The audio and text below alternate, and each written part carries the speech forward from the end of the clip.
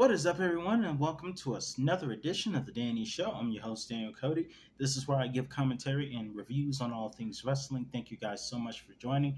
And before I get started on tonight's review of Friday Night Smackdown, I would like to give you guys a memory because since it is WrestleMania season, let me just say that it was in Phoenix, Arizona that WrestleMania 26 happened.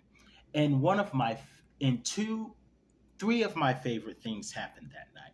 One, Mr. McMahon got his, well, one of my favorite things is Mr. McMahon getting his butt kicked by Bret Hart, who can't even shake Mr. McMahon's hand anymore without needing hand sanitizer. I agree, Bret, but I enjoy that moment so much more now because considering everything Mr. McMahon is accused of and probably has done, it makes what happened at WrestleMania 26 extra special. Not to mention John Cena versus Batista and my all-time favorite, the main event match between Shawn Michaels and The Undertaker, Shawn's last match. That's my Phoenix, Arizona memory. Now let's get started with tonight's episode of Friday Night Smackdown as Roman tries to get acknowledgement by naming the city as Glendale, Phoenix, or just Glendale, Phoenix, Arizona, and gets the same reaction and the acknowledgement. We even saw a Die Rocky Die sign, which is going back to 1997. Die, I got three words. Die, Rocky, die. That's the gratitude I get from all you pieces of crap, from all my blood, my sweat, and my tears. I became the youngest Intercontinental Champion in history. And what did that get me? In arenas across the nation, I heard chants of Rocky sucks. Now, The Rock may be a lot of things, but sucks isn't one of them. That's how well I know the thing. But tonight, the fans were mixed. We got cheers as he came out, and then it got to boos. And I did not know this, but someone tell me if this is true. Does Phoenix have a high drug rate? Because if that's the case, then the movie Friday should have been filmed there instead of in Los Angeles. As always, The Rock's promos deliver, but I noticed a couple of things. One, the screen kept going black, which means someone said something or did something. Or tonight, when The Rock talked about being the boss, as he is one of the owners in TKO because a certain jerk is fired. We found out that he owns the thing and there is no one that can stop him. But I can think of someone who is in charge that could. Triple H. And he took a shot at John Laurinaitis. I don't know what he said, but he took shots at John Laurinaitis because they bleeped it. And Teddy Long has gone on record last year in saying that he was the worst. So who knows? It looks like John Laurinaitis, people power absolutely stinks. But in any event, moving forward, I wonder how Mrs. Laurinaitis, who is actually the mother of the Bella twins, feels about John Laurinaitis now. Is there going to be a divorce down the line? Who knows? Because he was in on the trafficking. But in any event, he took shots at John Laurinaitis, took shots at Phoenix for having drugs, and then he issued a challenge for a tag team match, which is something I would like to see. But I don't know if it would be the best idea to have it at night one, because keep in mind, Seth just got to being 100%. So, which means all the main event matches are going to happen on WrestleMania Sunday, meaning Seth is going to have to fight Drew on Sunday, not knowing what condition he's going to be in after Saturday night. What I do know is it's going to be interesting, and this is an interesting way to make up for CM Punk being on the injured list. Because if CM Punk was not on the injured list, we would get Punk versus Rollins. And if Brock was not in, apparently Brock is in on whatever the scandal surrounding Mr. McMahon is. Darn it, Brock. That means we can't get Brock versus Walter Gunter. Darn it.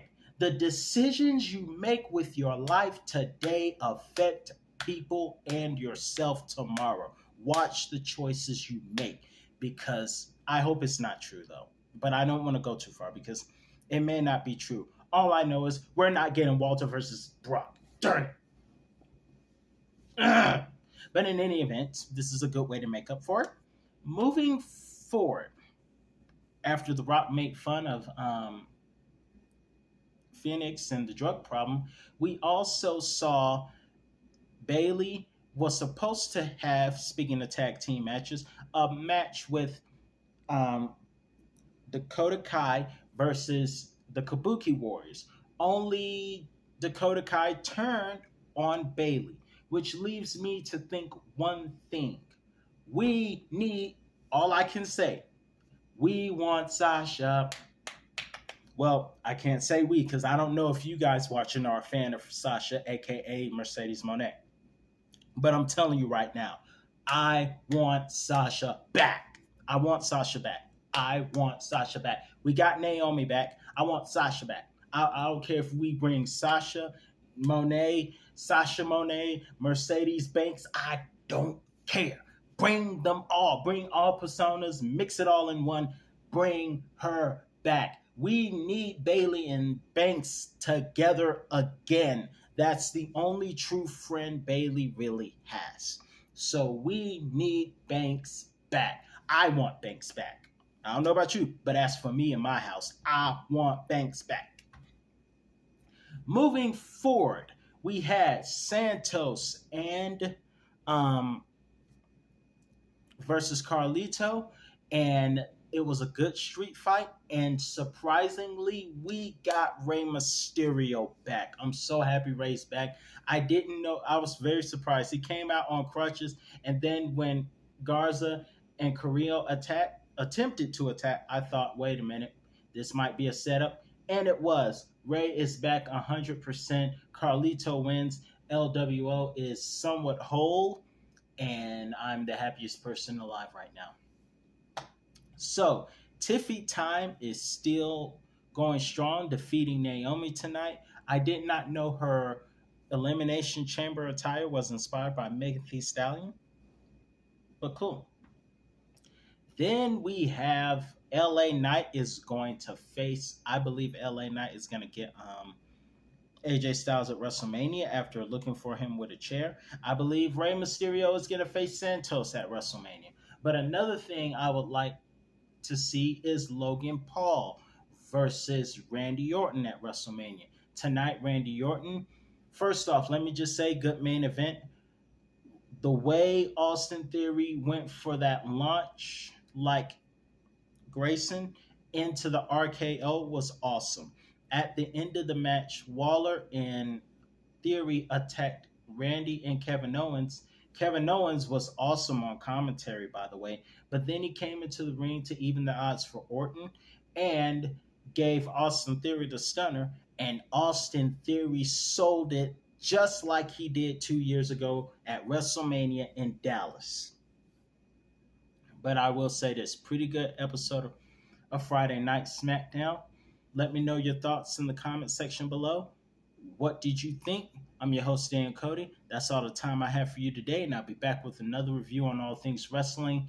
And by the way, rumors of Randy Orton's retirement has been greatly exaggerated, and that's why you don't believe everything you hear on the internet. Have a great weekend, everybody.